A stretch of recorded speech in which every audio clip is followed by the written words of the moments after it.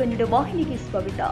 ಯಲಬುರ್ಗಾ ತಾಲೂಕಿನ ಮುರಡಿ ಗ್ರಾಮ ಪಂಚಾಯಿತಿಯಲ್ಲಿ ಸರ್ವೆ ನಂಬರ್ 98/2 ಈ ಸರ್ವೆ ನಂಬರ್ನಲ್ಲಿ ನಿವೇಶನ ಹಂಚಿಕೆಗೆ ತಾರತಮ್ಯ ತೋರುತ್ತಿರುವ ಗ್ರಾಮ ಆಡಳಿತ ಅಧಿಕಾರಿಗಳು ಸತತ 15 ವರ್ಷಗಳಿಂದ ನೀಡುತ್ತಿರುವ ನಿವೇಶನ ಹಂಚಿಕೆಯನ್ನ ಫಲಾನುಭವಿಗಳಿಗೆ 113 ಮಂದಿಗೆ ಹಕ್ಕುಪತ್ರ ನೀಡದೇ ಇರುವ ತಾಲೂಕು ಆಡಳಿತ ಮತ್ತು ಗ್ರಾಮ ಪಂಚಾಯತ್ ಅಧಿಕಾರಿಗಳು ಸತತ 15 ವರ್ಷಗಳಿಂದ ಪ್ರತಿಭಟನೆ ಮತ್ತು ಮನವಿ ಪತ್ರ ನೀಡಿದ್ರು ಜನರಿಗೆ ಸ್ಪಂದಿಸ್ತಾ ಇಲ್ಲ.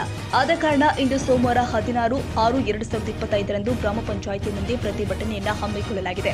ದಲಿತರಿಗೆ ನ್ಯಾಯ ಸಿಗಬೇಕಾದ್ರೆ ಮತ್ತು ಎಲ್ಲ ಫಲಾನುಭವಿಗಳಿಗೆ ಹಕ್ಕುಪತ್ರ ನೀಡಲೇಬೇಕು, ಇಲ್ಲದಿದ್ದರೆ ನಮ್ಮ ಹೋರಾಟ ಸತತವಾಗಿ ಮುಂದುವರಿಯಲಿದೆ ಎಂದು ತಿಳಿಸಿದ್ದಾರೆ. 2011ರಲ್ಲಿ ವಸತಿ ರಹಿತ ಈನರಿಗೆ ಅವರಿಗೆ ಚಿಕ್ಕದಾದ ಒಂದು ಸೈಟ್ ಕೊಟ್ಟು ಅವರಿಗೆ ಒಂದು ಮನೆ ಕಟ್ಟಿಕೊಳ್ಳುವಂತ ಯೋಜನೆಯನ್ನ ಅದಾಗಿತ್ತು. ಈ ಸುಮಾರು 10-12 ವರ್ಷಗಳಾಗ್ತಿದೆ. ಈಗ ದಿನ ಒಂದು ಪೆಂಡಿಂಗ್ ಹಾಕೊಂತ ಹೋಗ್ತಿದೆ, ಕತೆ ಹಾಕೊಂತ ಹೊಂಟರೆ. ನಮಗೆ ಇದು ಕೇಳಿ ಕೇಳಿ ಸಾಕಾಗಿದೆ.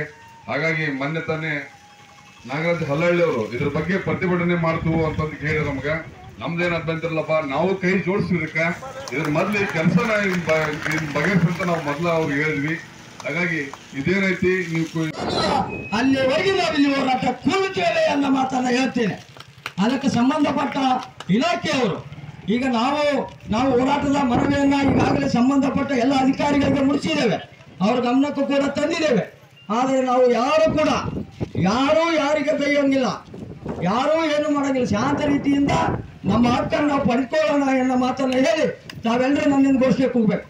ಇನ್ನು ಇದಕ್ಕೆ ಸಂಬಂಧಪಟ್ಟಂತೆ ಅಧಿಕಾರಿಗಳು, ತಾಲೂಕು ಅಧಿಕಾರಿಗಳು ಇತ್ತ ಕಡೆ ಗಮನ ಹರಿಸಬೇಕು ಅಂತ ಸಾರ್ವಜನಿಕರು ಮತ್ತು ಫಲಾನುಭವಿಗಳು ಪ್ರತಿಭಟನೆ ಮಾಡಿದ್ದಾರೆ.